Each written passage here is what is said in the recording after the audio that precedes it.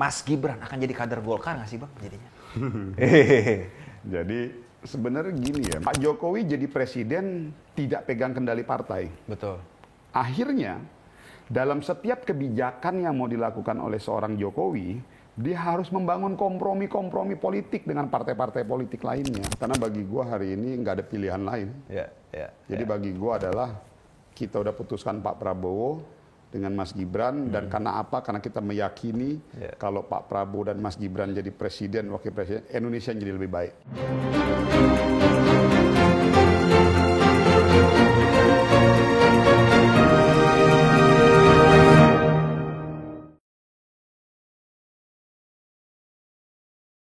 Halo teman-teman, kita ketemu lagi di acara Meet the Politician with me, Rian Ernest. Hari ini kita kedatangan senior gua di Partai Golkar, politisi muda yang cepet banget rising di Partai Golkar. Jabatannya banyak nih, Ketua Bapilo Golkar di DPP, anggota Dewan juga hari ini, anggota DPR RI di Komisi 7, Wakil Ketua Komisi 7 di DPR RI, dan daerah pemilihannya itu di DPR di Kalbar 1. Kita perkenalkan Bang Maman Abdurrahman. Terima kasih. Mantap, thank you Bang. Sama-sama, makasih. Sudah diundang di komisi.co. Mantap. Baru pertama kali ke sini ya? Pertama kali. Cuman kalau acara komisi.co-nya udah... Oh, semalam katanya seru nih. Ini yang ketiga nih. Betul. Yang pertama waktu yang di Blok M ya, di Blok M Space ya. M-Block Space. Betul. Yang kedua kemarin di Uncle Z. Uncle Z, betul. Kopi Tiam. Nah ini yang mantap. Di markasnya komisi.co. Karena yang hadir adalah abang kita dari Golkar, kita langsung berikan pertanyaan menohok. Ini bukan gue ya Bang nyusun Bang ya. Jadi dari awal gue udah bilang ke Bang Maman, ini pertanyaan ini yang bikin tim produksi Bang ya. Nanti gue bisa kena, kena denda di Kalau Golkar. Kalau di kita tuh di Golkar egaliter bos. Betul. Makanya gue juga masuk situ, karena egaliternya ada. Tapi kan gue anak baru bos, tetap. Ini gue mumpung ini gue tambahin. Di Golkar itu usia, lo lebih junior, gue senior, hanya dilihat dari kesopan santunan aja. Artinya kita sebagai yang lebih muda harus menjaga etika kepada yang lebih tua. Begitu juga sebaliknya. Tapi dari sisi pemikiran, lo bisa lebih pintar daripada gue juga bisa lebih pintar dari lo, atau gue bisa lebih bego dari lo juga bisa lebih bego dari gue. Artinya orang dilihat dari pemikiran. Betul. Kalau di kita. Jadi santai aja bos. Udah dibilang gitu, tetap takut anak baru. Udah dibilang itu, tapi ada takut anak baru ya. Mantap, gue suka nih makanya Bang dari dulu. Bang, ini pertanyaan langsung menohok nih. Mas Gibran akan jadi kader Golkar nggak sih Bang jadinya? Jadi sebenarnya gini ya, yang pasti kalau di Golkar itu kita terbuka. Ya kalau memang Mas Gibran mau di Golkar ya prinsipnya Golkar terbuka. Tetapi kan kita nggak bisa setiap sebuah hubungan itu kan harus dari kedua belah pihak. Ya jadi bagi kita hari ini silakan itu haknya Mas Gibran mau dia masuk Golkar ataupun tidak di Golkar. Bagi kita hari ini sudah tidak lagi menjadi sesuatu yang terlalu penting.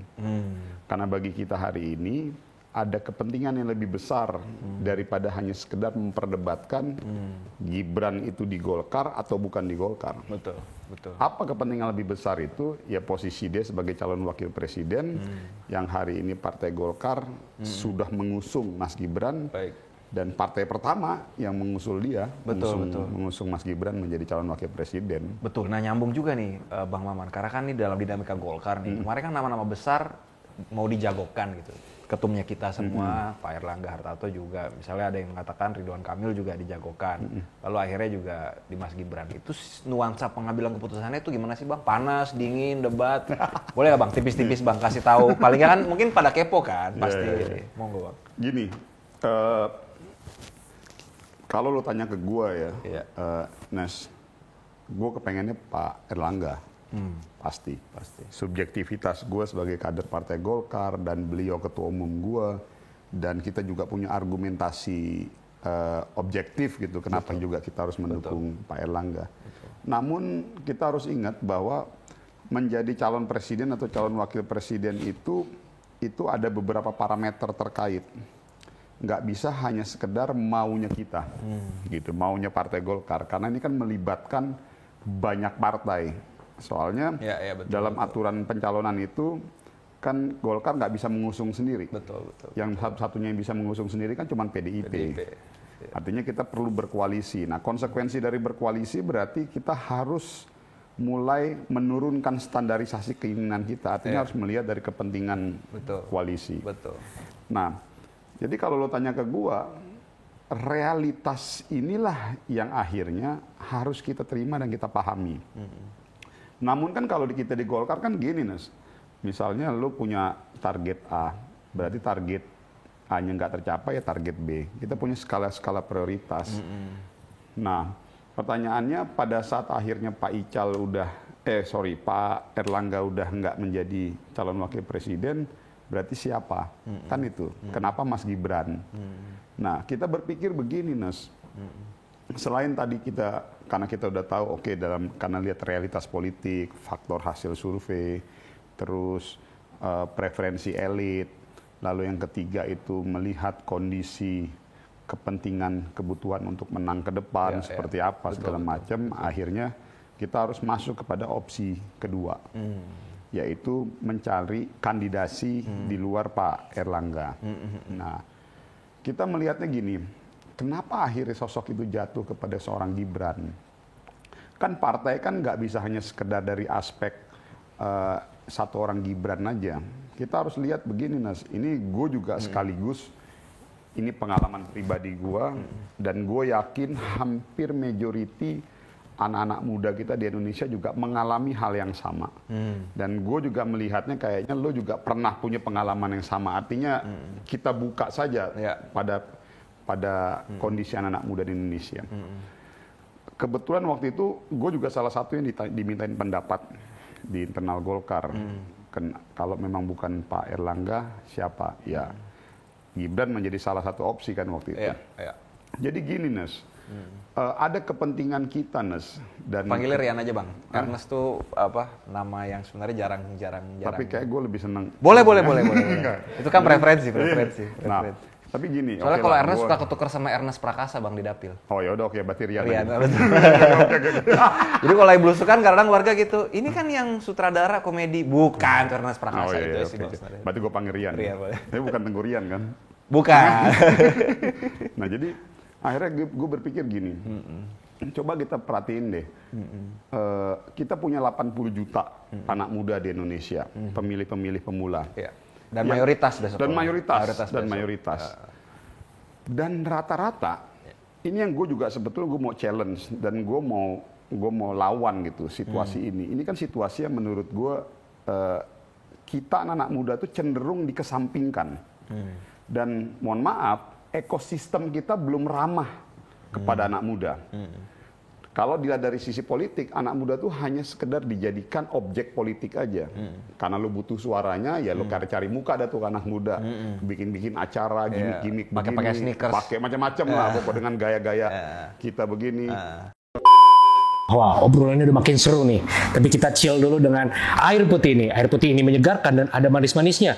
Tapi masa cuma kosongan doang? Ayo dong tap in. Ini kontaknya, jangan lupa tap in ya. Itu hanya sekedar itu aja.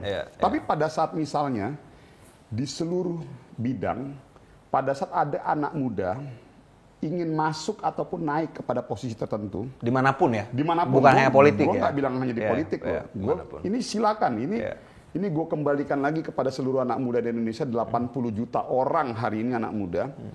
Pada saat lo semua ada kesempatan untuk naik posisi ataupun dipromosikan ataupun menginginkan sesuatu yang memang menjadi impian lo, kecenderungannya orang-orang di sekitar lo, bahkan mungkin yang lebih senior dari lo, itu langsung menganggap, emang udah bisa deh. Betul. Kemampuannya apa? Orang masih muda. Betul. Tahu apa sih gitu ya? Ya itu tahu apa sih gitu. Jadi, nah gue juga secara pribadi pernah merasakan. Lu pernah merasakan? Iya pernah. Bang Maman yang hari ini udah di DPR tuh lu pernah merasakan? Pernah. Ya gue kan juga sebenarnya umur gue 43 tahun. Gue ini generasi milenial angkatan pertama. Tahun 80 kan lahir gue. Iya, pas di awal tuh ya. Jadi gue juga pernah merasakan menjadi anak muda di Golkar. Kayak Dito. Dito itu waktu maju dicalonkan, muncul Menjadi dicalonkan Menpora gitu, menjadi calon nama. Menpora, kan gue juga salah satunya. Salah satu, betul. Gua, Dito, ada beberapa nama itu sebagian juga masih ada yang menganggap emang udah mampu Dito. Umur 32 tahun gitu. Betul. Ya kalau gue, karena gue pernah merasakan kayak gitu, gue bilang siapapun punya kesempatan bagi gue gitu ya. Jadi mau dia Dito umur 32 kayak gue. Karena lu pun di umur 30 juga pernah digituin orang. Pernah merasakan hal itu. Jadi bagi gue siapapun punya hak untuk mendapatkan kesempatan. Jadi jangan dilihat dari dia umurnya lebih muda atau lebih tua. Nah, artinya apa? Kondisi hari ini, situasi kita masih kayak begitu. Nah, lalu pertanyaannya ada yang bilang, lo apa hubungan sama Gibran, Bang? Dia bilang gitu. Ya, gue melihat kebetulan Gibran ini anak presiden. Kalau dia kayak kita, Yan, nggak mungkin dia bisa dapat posisi kayak begitu sebagai calon wakil presiden. Iyalah, betul lah. Artinya dia punya sedikit privilege. Pasti. Kesempatan privilege yang didapatkan oleh seorang Gibran ini harus kita manfaatkan. Betul. Supaya ke depan narasi yang tadi agak sedikit mempertanyakan kalau ada anak muda itu didorong naik ke atas atau dipromosikan, itu bisa hilang pelan-pelan, terkikis. Ini bukan hanya sekedar masalah kesempatan naik promosi jabatan. Opini, narasi, diskusi kita 5 tahun ke depan itu nanti akan dihiasi dengan narasi-narasi anak muda, karena wakil presidennya anak muda, gitu loh. Betul. Dalam politik itu kan kita ada strategi. Misalnya gini, kemampuan lo dalam bola, kemampuan lo bisa bermain, kita ada striker, gelandang bertahan, ada pemain tengah. Nah, masing-masing punya kemampuan dan kapasitasnya. Gue pengen bilang salah kalau Gibran itu anak presiden, terus didorong dan diberikan kesempatan. Oke, boleh orang bilang bahwa dia, ada privilege. Ya nggak ada masalah ya, memang faktanya dia anak presiden. Ada privilege, ada presiden, betul. Nah, tetapi justru ini yang mau kita bongkar. Nah, melalui seorang Gibran. Justru tantangannya buat seorang Gibran, dengan dia udah dapet tiket, ya bener-bener kepentingan anak mudanya dibawa, Bos. Jadi akhirnya secara tidak langsung kita ini ya, bisa nitip yang bukan kepentingan. anak siapa-siapa gitu, yang bukan teman-teman kita yang 80 juta orang itu, dia bisa kebawa, ketarik ikut mendapatkan kemanfaatan. Yang sekarang kalau lu lihat ya, sorry ini gue juga sekaligus memberikan kritikan loh. Etalase politik kita itu yang muda-muda itu cenderung diisi oleh anak si A, anak si B, anak si C. Karena dia cenderung sudah memiliki kekuatan privilege tadi basis sebenarnya. modal tadi. Betul. Dan privilege tadi sebenarnya. Modal politik tadi, basis modal politik. Nah, kita berharap kesempatan ini jangan hanya dimiliki oleh mereka yang anak-anak pejabat dan lain sebagainya. Maka dari itu melalui seorang Gibran sebagai simbol, ini harus kita jadikan sebagai simbol pendobrak. Simbol pendobrak agar ke depan bisa terjadi percepatan regenerasi kepemimpinan di Indonesia ini di semua lini. Itu sebetulnya message-nya. Betul. Message-nya, tapi gua memang menganggap nggak mudah kan. Ya contoh hari ini banyak sekali pro dan kontra, karena kan ini dimensinya politik ya. Yang benar pun akan dibilang salah, apalagi yang salah pasti akan dibilang lebih salah lagi. Jadi bagi gua ini adalah sebuah tantangan yang harus kita lewati. Kalau memang kita punya mimpi besar untuk adik-adik kita yang kurang lebih ada 80 juta ini. Betul. Itu sih. Betul. Jadi sebenarnya di atas pundaknya Mas Gibran ini sebenarnya PR-nya gede juga, Bos. Dan PR-nya gede juga. Dan sorry ya. Bagi gua hari ini sebagian ada yang mencemooh dia, tapi dia tetap ini pilihan yang nggak mudah bagi seorang Gibran. Kalau dia mau, dia akan lebih memilih jalur yang lebih aman dan nyaman. Yaitu sebagai wali kota aja udah, dia nikmati comfort zone-nya aja gitu loh. Daripada dia harus kayak sekarang gitu. Jadi dia juga siap. Gitu. Nah, melihat kondisi itu, tadi itu kita Golkar ingin mencoba mendorong ini sebagai challenging bagi kita untuk tadi mendobrak dan merubah mindset ekosistem di Indonesia yang cenderung masih belum terlalu ramah untuk memberikan kesempatan secara penuh kepada anak muda. Nah, mudah-mudahan Kalau Mas Gibran terpilih menjadi wakil presiden, insya Allah anak-anak muda ke depan akan lebih banyak mendapatkan kemanfaatan. Setuju Bang. Bagi semua anak muda, terlepas dia anak pejabat atau bukan anak pejabat. Setuju Bang. Karena bahkan di partai kita sendiri Golkar, kan gue dulu partai kedua lah ya Golkar. Partai pertama kan ngeliat Golkar dari jauh gitu kan. Kan gue nggak terlalu tahu banyak nggak sih anak muda di Golkar. Begitu di Golkar kan udah masuk banyak banget sebenarnya. Mudah-mudahan ya ada regenerasi lebih cepat kali ya. Nah, Kayak Bang Maman cepat banget nih, umur 40, lu berarti kepilih anggota DPR Bang, lu umur berarti 30 akhir ya? Gue pertama kali ikut pileg itu umur gue 34 tahun. 34. Gue nggak kepilih. Oh, jadi lu DPR RI, Kalbar 1, pertama belum terpilih? Di 2017, gue masuk melalui pergantian antar waktu. Baik. Ya, itu kan tadi gue bilang jalan Tuhan, jalan Allah ya. Ya gue mungkin tidak mendapatkan, teman-teman gue yang sangkatan gue nggak mendapatkan kesempatan yang seperti gue rasakan gitu. Ya tadi gue bilang privilege. Privilege takdir. Nah, jadi kalau tadi gue bilang, ini gue pernah mendapatkan privilege takdir. Kesempatan untuk melalui pergantian antar waktu di tahun 2017. Nah, si Gibran juga mendapatkan privilege takdir. Ya karena dia anak presiden, ya dia mungkin akhirnya memiliki beberapa hal-hal yang tidak kita miliki, tetapi kan bukan berarti itu sesuatu yang buruk. Iya dong. Justru kita jadikan itu sebagai sebuah kesempatan untuk memberikan kesempatan semua anak muda. Mantap. Udah message soal Gibran itu udah tangkap banget. Sekarang izin Bang, gue geser dikit ke capresnya nih, Prabowo nih.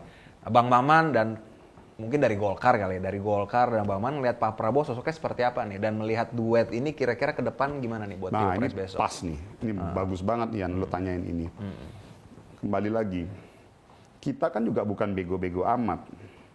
Kalau tiba-tiba kita paksakan Gibran menjadi calon presiden, itu berarti udah over, keterlaluan. Itu eksperimen politik banget lah kayaknya Mas. Itu udah, itu enggak inilah.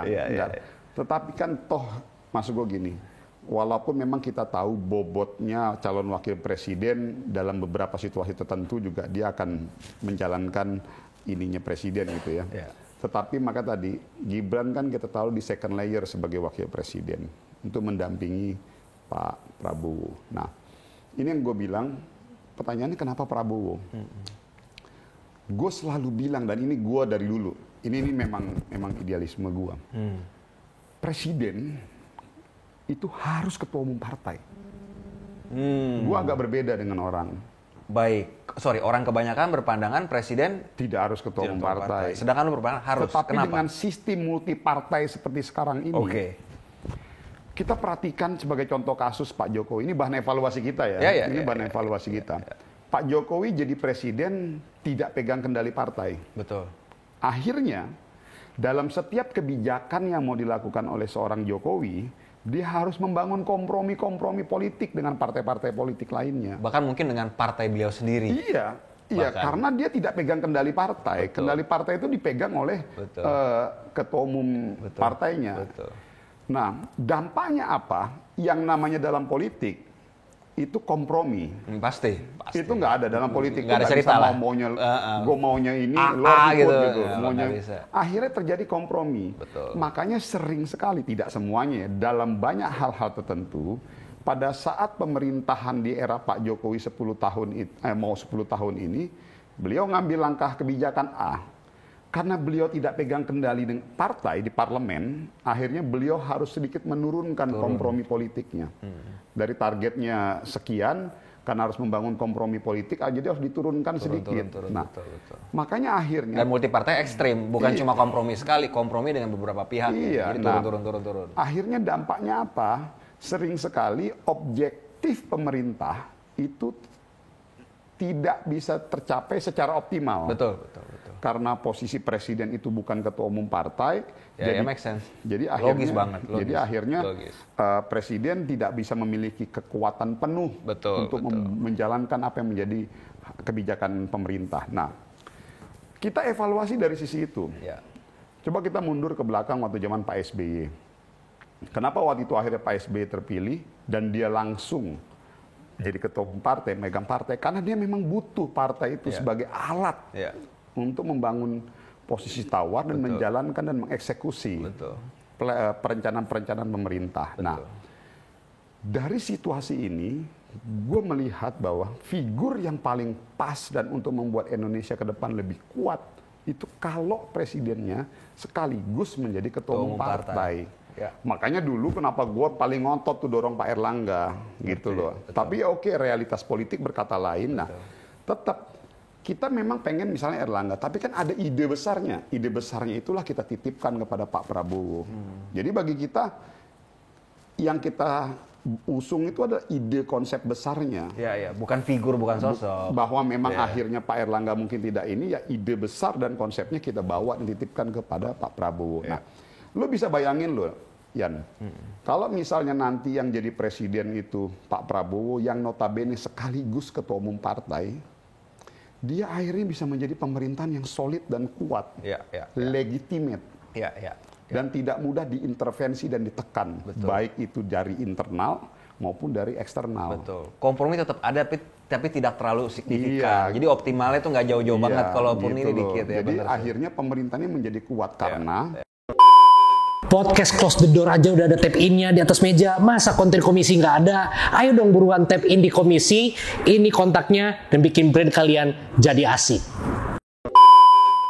Begini, contoh gue di sektor energi.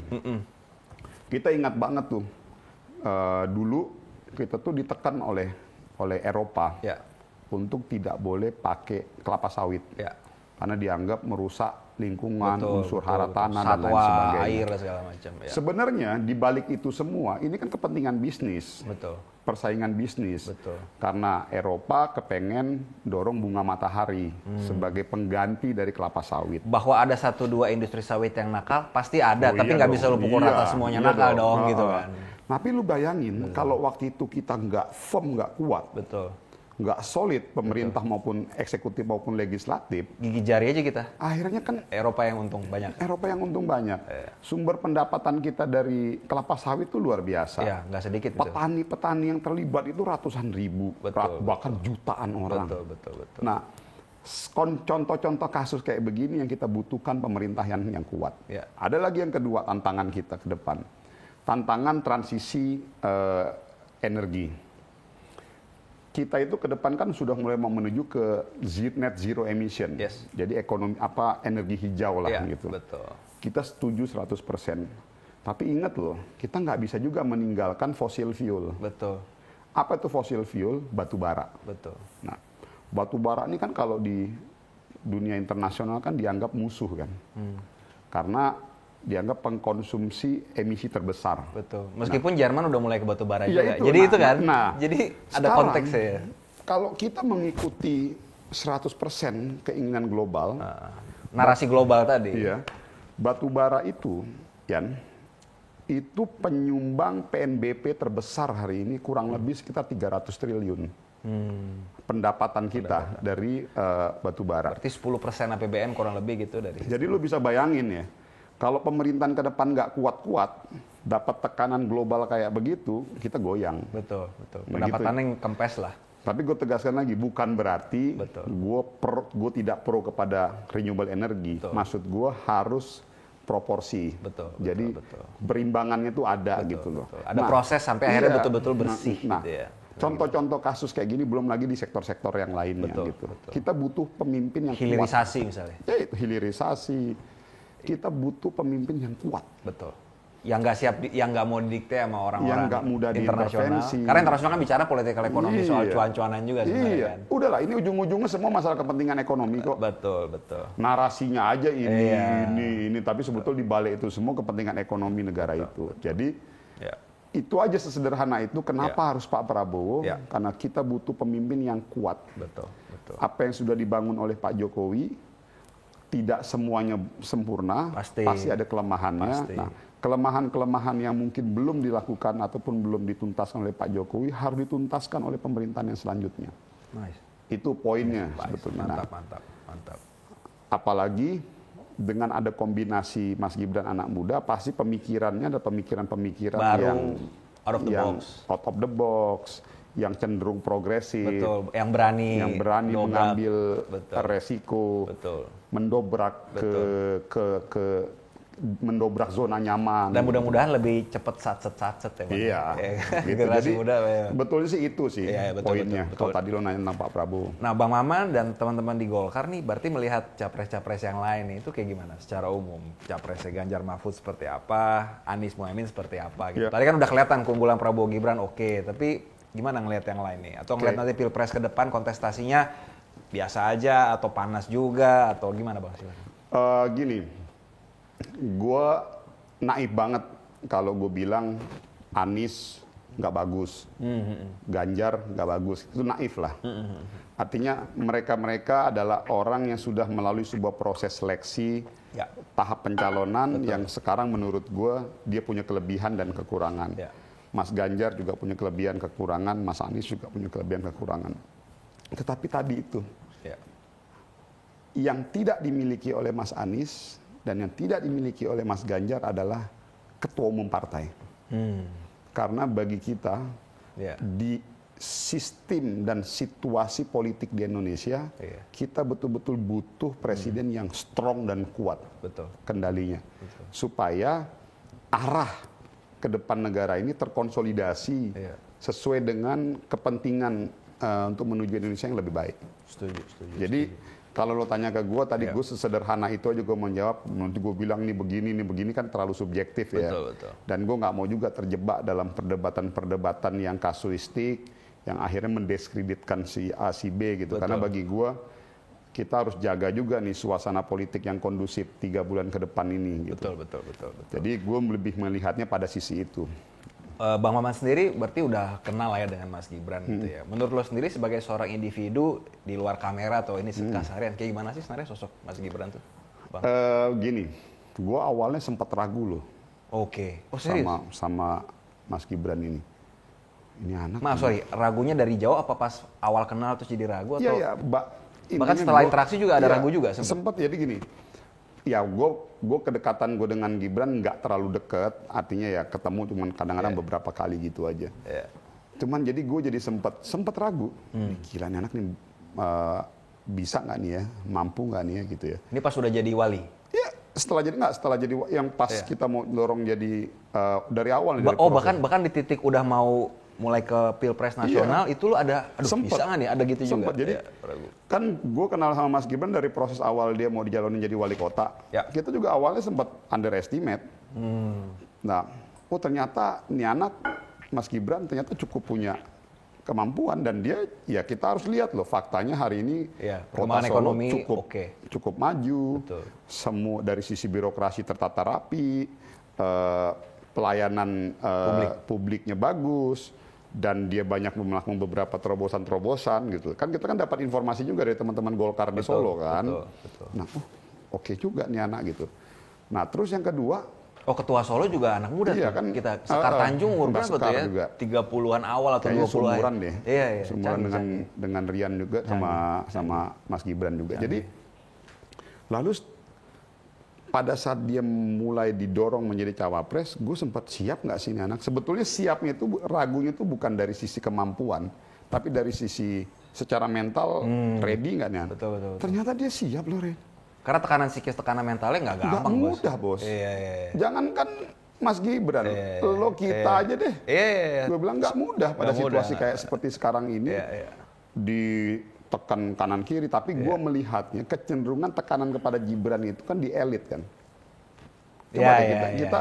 Nah, kenapa gue bisa menyimpulkan seperti itu? Ini gue buka nih sama Loyan. Jadi hasil temuan kita Bapilu itu, kita kan punya media tracking kan. Baik.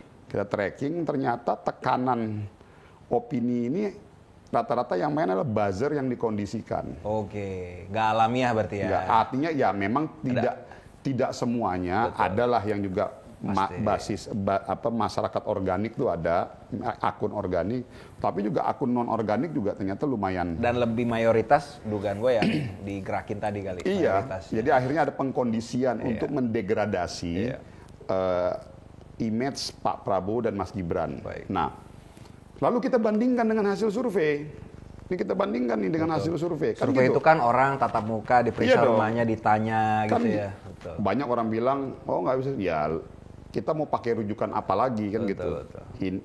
Yang terpenting institusinya institusi yang kredibel atau Pasti enggak. dong, Nah, pasti dong. 3 lembaga survei yang kita anggap kredibel, Poltreking, Indikator dan LSI. Ya oke lah, udah jelas kan. 3 ini itu ternyata mengeluarkan hasil survei untuk Pak Prabowo dan Mas Gibran itu nomor 1.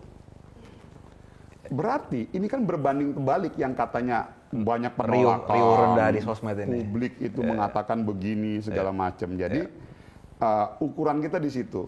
Poinnya yang mau gue bilang bahwa kembali lagi tadi tadi gue bilang artinya gue lihat oke ini anak. Jadi maksud gue Mas Gibran ini menurut gue dari segi mentalitasnya cukup oke lah. Artinya dia sudah pada posisi menurut gue ya tadi kan kita membayangkan dia akan gimana gitu kan. Ternyata cukup strong juga secara ini. Gitu. Nah, kita pertanyaan geser dikit ya Bang. Tadi kita udah bungkus tuh soal Pilpres Prabowo Gibran. Tapi sekarang nih, sejujurnya sekarang bicara tadi agak sosmed nih, riuh rendah diskusi soal tadi lah privilege segala macam. Nah sekarang kan banyak nih ada kubu yang menganggap dinastik politik tuh seolah-olah salah. Nah sekarang pertanyaan ke Abang yang menjalani politik, sebenarnya benar atau salah sih dinastik politik? Gue mau jawab gini dulu. Gue jawab dengan cara begini. Ada nggak satu partai yang tidak menerapkan dinasti politik?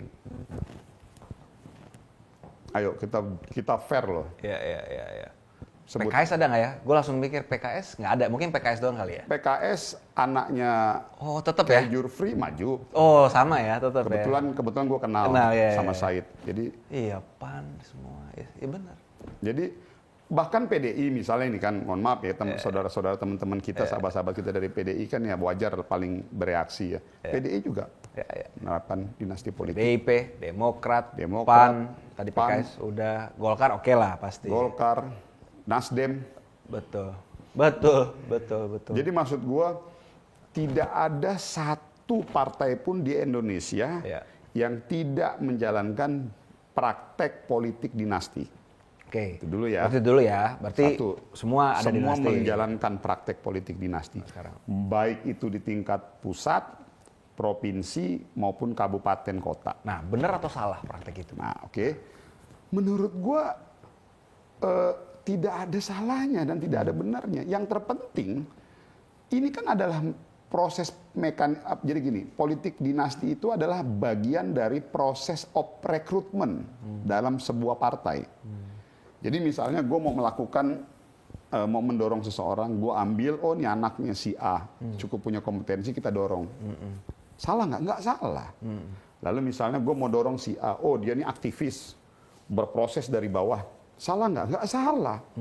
Jadi ya, Toh akhirnya kalau dia nggak punya kompetensi, kan publik yang menilai. Nah, maka tadi kesimpulannya apa? Di era demokrasi seperti sekarang ini, tidak ada itu yang namanya praktek politik dinasti maupun tidak ada namanya bukan praktek politik dinasti. Karena yang menyaring semuanya rakyat. Jadi mau lu dorong si A, si B, si C, kalau memang rakyat nggak suka ya dia nggak bakal pilih. betul. Banyak juga kok yang anaknya si A, anaknya si B, anaknya si C, anak pejabat ini, anak orang ini maju didorong dengan mekanisme elektoral seperti sekarang nggak kepilih. Betul. Kita mundur kemarin misalnya Mas Gibran maju jadi wali kota Solo. Kalau memang rakyat Solo nggak mau milih ya nggak bakal milih juga. Betul. Tapi kan ternyata milih. Betul. Jadi menurut gua kenapa akhirnya isu ini dikembangkan? Ya karena tadi ada persaingan politik. Ya. Karena orang nggak seneng aja gitu loh, maksudnya. Ya udah, gue bilang ya susah kita kalau mau ngeladenin orang yang kalau memang udah nggak seneng ya nggak seneng aja. Betul. Jadi semua alasan juga dipakai. Padahal sebetulnya ya di mereka semua juga melakukan gitu loh. Ini adalah, jadi gue bingung kenapa dulu lo nggak protes, nggak teriak-teriak masalah praktek politik dinasti. Betul. Kenapa baru sekarang tiba-tiba lo teriak? Misalkan pada saat dulu Mas Gibran maju wali kota Solo, teriak. Iya dong. Tapi kok nggak segede sekarang? Sekarang tuh padahal kan hal yang sama, mirip. Lo kompen dong dulu, gitu, konsisten gitu loh maksud gue. Betul. Ya ini yang gue bilang, pasti publik juga bisa nilai. Gue sih selalu bilang begini, ya kita mau ngapain lagi? Kita masa kita ladenin sih, nggak gitu-gitu kan capek. Betul. Yang penting sekarang kita fokus aja untuk sampaikan message ini kepada masyarakat dan kepada rakyat. Bahwa plus minusnya gini loh, dengan adanya seorang Gibran, oke, kelemahannya begini. Tapi sisi positifnya juga banyak loh, gitulah kurang lebih. Gitu. Nah Bang, sekarang kita mau geser sedikit perspektif kita tentang presiden kita hari ini, Pak Joko Widodo nih. Pertanyaannya gini Bang, hubungannya Partai Golkar, kebetulan partai gue juga, dengan Pak Jokowi seperti apa sih? Dan berikutnya kalau mau ngasih penilaian terhadap performance 2 periode ini, seperti apa kira-kira Pak Jokowi ini? Oke, gue mungkin enak bicara, karena gue juga di parlemen kan. Betul, lo di parlemen dan lo di DPP gue juga, di parlemen. di Bapilu. Kalau kita mau lihat, sebetulnya tracknya sudah bagus. Oke. Yang selalu kembali lagi gue evaluasi, Pak Jokowi punya kelemahan dalam mengeksekusi program-programnya dia. Itu aja kelemahannya dia. Karena permasalahan tadi soal bukan ketum partai itu tadi. Iya. Oke. Akhirnya cenderung dalam implementasi program-program dan kebijakan pemerintah, Pak Jokowi cenderung agak sedikit nahan gitu ya. Nahan dan cenderung akhirnya. Jadi itu aja. Oke. Jadi sebetulnya kan kita nggak bisa melihat pemerintahan ini hanya sekedar dari seorang presidennya saja. Presiden dari menterinya. Ini kan kerja tim. Ya. Ini kan kita bukan mencari Superman. Betul. Jokowi kan bukan Superman. Betul. Tapi kan yang kita butuhkan adalah super tim. Ini sama nanti dengan Pak Prabowo. Pak Prabowo nggak bisa dikerja sendiri. Betul. Dia akan nanti ke depan akan punya tim. Nah, tapi yang kita butuhkan adalah positioning kuatnya presiden itu. Nah, selama ini evaluasi kita 5 tahun ini keberadaan kelemahannya Pak Jokowi di situ. Baik. Makanya itu yang gue selalu dorong dan kita coba tutup. Asik loh, gue belum pernah dengar evaluasi ini dan menurut gue asik loh. Silakan aja clear banget evaluasi. Dipikirin deh sama Kalau masyarakat. dipikirin secara jernih asik bos. Coba aja dipikirin sama masyarakat deh. Betul. Banyak bos semua program-program itu. Betul. Akhirnya malah cenderung ada juga beberapa partai yang pendukung pemerintah malah ikut hajar juga. betul. Ya tidak satu partai, ada beberapa partai. Jadi maksud gue ini kan yang menjadi evaluasi kita. Terus kita mau salahin mereka yang nggak bisa juga. Ngapain kita salahin? Oh lo nggak bener gini-gini. Makanya kita evaluasi ke depan.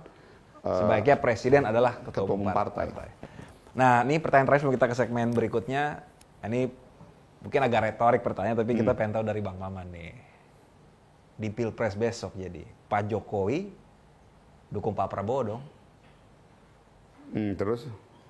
Iya atau enggak? Kalau lo tanya ke gue, kalau tanya seorang Jokowi pasti dong, anaknya maju. Ya. Tetapi kita sepakat. Nah ini, kita di internal Koalisi Indonesia Maju, kita bersepakat juga. Dan dengan Pak Jokowi juga kita bersepakat. Apa tuh Bang sepakat? Ketua Umum juga sampaikan. Keberadaan posisi beliau sebagai presiden kan itu juga harus kita pahami bahwa beliau tidak bisa ikut-ikutan terlalu jauh dalam kontestasi politik ini. Tapi bahwa beliau sebagai pribadi tentunya punya kecenderungan untuk mendukung Pak Prabowo dan Mas Gibran ya anaknya gitu. Betul. Tetapi kita bersepakat untuk menjaga netralitas ini ke depan supaya jangan sampai membangun asumsi-asumsi yang supaya tetap ada kepercayaan terhadap institusi negara dan prosesnya pasti ya Bang. Artinya keberadaan beliau sebagai seorang presiden kita juga dorong agar tidak dan beliau juga setuju, dia juga tidak ingin masuk kepada domain yang kepada sesuatu yang terlalu jauh mencampuri aspek elektoral, karena yang kita jaga kan institusi negara tidak terlibat kan. Betul. Dalam praktek-praktek politik praktis ini. Betul. Siap. Nah mungkin Bang Maman kalau ada hal terakhir mau disampaikan kepada calon pemilih nanti silakan. Ya poinnya bagi gue gini, so must go on. Banyak dinamika, banyak perdebatan, karena gue menganggap gini, kebenaran itu hadir pertama kali pasti dengan dicemooh. Tetapi dengan konsistensi dan niat yang baik, gue meyakini kebenaran itu pada akhirnya akan diterima menjadi sebuah kenyataan. Nah, apa yang terjadi hari ini pada sosok seorang Mas Gibran adalah sebuah proses politik yang belum pernah terjadi sebelumnya. Ini kan ini kan situasi baru nih Yan. Betul. Ada seorang anak muda di umurnya yang muda maju dan manggung menjadi calon wakil presiden. Namun, gue harus sampaikan kepada seluruh anak-anak muda Indonesia, 80 juta anak-anak muda Indonesia yang kita pernah merasakan hal yang sama. Bahwa kita anak-anak muda kecenderungannya sering sekali di nomor 2 kan dan di nomor 3 kan. Dalam setiap karir hidup kita. Sekaranglah momentumnya. Kalau kita betul-betul ingin melakukan perubahan dan mendorong terjadinya percepatan regenerasi kepemimpinan. Ya. Maka dari itu gue mendorong kepada adik-adik gue, kita manfaatkan dan kita jadikan Gibran sebagai simbol untuk betul-betul bisa membuat kita anak-anak muda Indonesia diberikan kesempatan secara penuh di semua bidang. Nice. Itu mungkin Mantap. penekanan gue. Thank you Bang Maman. Kita akan geser ke segmen berikutnya, netizen bertanya. Oke, kita di segmen netizen bertanya. Kita udah ada Bang Maman Abdurrahman. Ada 3 pertanyaan nih Bang dari netizen yang monggo semoga bisa dijawab secara cepat oleh Bang Maman. Pertanyaan pertama, Partai Golkar selalu berada di pemerintahan. Apakah mungkin suatu saat Golkar menjadi partai oposisi? Kalau ditanya mungkin, semua pasti bisa aja mungkin. Tapi kalau berangkat dari doktrin Partai Golkar itu karya kekaryaan. Artinya bagi kita adalah kita harus memberikan karya. Karya itu sama dengan kerja. Jadi kenapa akhirnya selama ini kita lihat Golkar itu kecenderungannya di pemerintahan? Karena faktor doktrin kita. Memang internal kultur di Partai Golkar memang mendorong, melatih, membentuk kader-kadernya untuk bisa bekerja. Nah, yang ingin gue luruskan, perlu diketahui loh, proses perjalanan politik di Partai Golkar ini bukannya Golkar yang minta masuk ke pemerintahan loh. Tapi hampir rata-rata pemerintahan yang terpilih itu pasti akan mengharapkan Golkar masuk dalam pemerintahan. Kenapa? Loh, ya karena tadi, mohon maaf ya, gue harus bilang, yang bisa kerja kita bos. Loh, kan orang banyak bilang, ini gue harus lurusin, coba aja liatin trackingnya. Golkar tuh katanya selalu pokoknya mau siapapun ini pasti masuk di pemerintahan, betul nggak? Tapi kalau misalnya si pemerintahan terpilihnya itu nggak mau Golkar kan bisa aja, tolak aja. Gue blokir, nggak Ya boleh. blokir aja, Golkar nggak usah masuk. Tapi kan memang ternyata kan memang mereka yang meminta Golkar masuk gitu.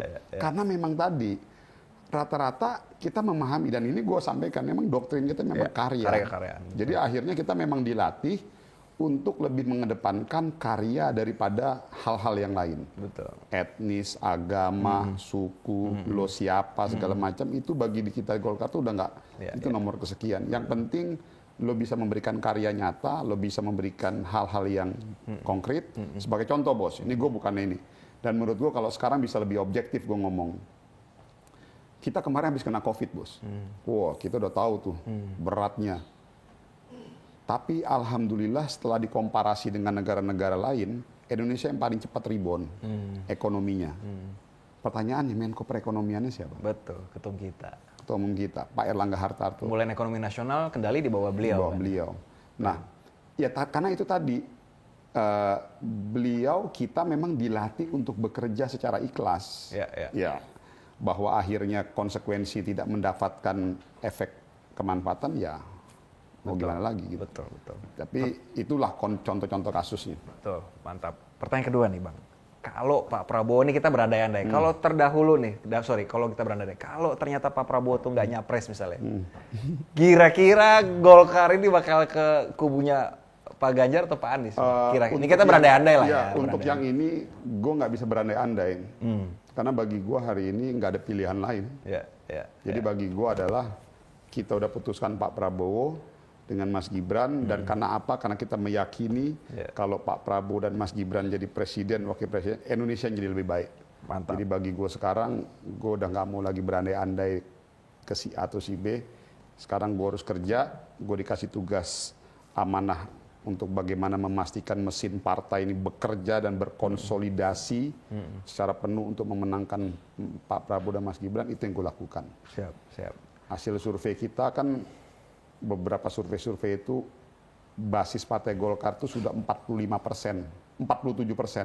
Basis Golkar mendukung Pak Prabowo. Target gua gimana caranya dalam tempo waktu 3 bulan ini kita bisa menuju ke angka 80%. Itu saja yang lagi gue lakukan. Wah, kerja berat tuh, seru Iya. tuh, seru. Tuh, Jadi dulu kita. poinnya di situ yang lagi, nggak mungkin 100% lah, Ya, itu ya, bohong ya, banget ya, lah. ya. Tapi Gokil. kita harus kerja gimana cara 3 bulan ini untuk 40%. Jadi gue nggak mau masuk ke dalam andai-andai itu. Betul. Mantap jawabannya, politisi solid banget. Pertanyaan ketiga nih Bang, Golkar kan nggak mengusung nih capres-cawapres dari kader sendiri. Tadi Abang sempat ceritakan tentang layer-layer tadi. Tapi sebagai partai, apakah kita siap ya? Apakah ideal ya? Bagaimana kita menyikapi ya bahwa capres-cawapresnya nggak dari kader kita sendiri? Iya. Kan kelihatan kurang ideal dan optimal kan, tapi Iya. pasti ada perspektif dan hitung-hitungan sendiri tuh. Jadi di awal gue Betul. udah jelasin. Betul. Memang ada realitas Betul. yang kita nggak bisa abaikan, realitas politik. Namun satu hal tadi, kalau dilihat dari kepentingan yang lebih besar, sebetulnya kepentingan Golkar tuh waktu mau mendorong Pak Erlangga tuh apa sih? Kan kita ingin menitipkan ide, kita ingin menitipkan konsep, kita ingin menitipkan visi kita kepada seorang Erlangga. Nah, namun karena memang Pak Erlangga akhir tidak bisa maju, ya artinya yang terpenting adalah visi, konsep, ide itu bisa kita titipkan melalui seorang Prabowo. Setuju. Jadi spiritnya tuh di situ. Di semangatnya di situ. gagasan, aspirasinya Iya. semuanya betul. Jadi Betul, bagi betul. kita Ya. memang pasti gue juga melihatnya pasti ada pengaruh lah secara psikologis. Tapi makanya tadi gue bilang inilah tugas gue sebagai Bapilu untuk membangun komunikasi ke seluruh jejaring Partai Golkar, baik dari tingkat pusat, provinsi, kabupaten, kecamatan, sampai ke tingkat desa untuk mensosialisasikan bahwa ini yang terbaik. Jadi itu sih sebetulnya yang Siap. mau gue bilang. Siap, mantap. Terima kasih Bang Maman Abdurrahman, Bos. seniorku, sudah hadir menyempatkan waktunya. Thank you. Sukses juga ya, Sukses Bang, di Dapil. ya. Oh, ya, Thank sama. you. Thank you nih Jadi bos kita di tetap Dapil. fokus di Dapil juga. Betul, thank you. Jangan lupa like, share, dan subscribe Komisi Co. Dan kita akan jumpa di Meet the Politician berikutnya. Sampai jumpa.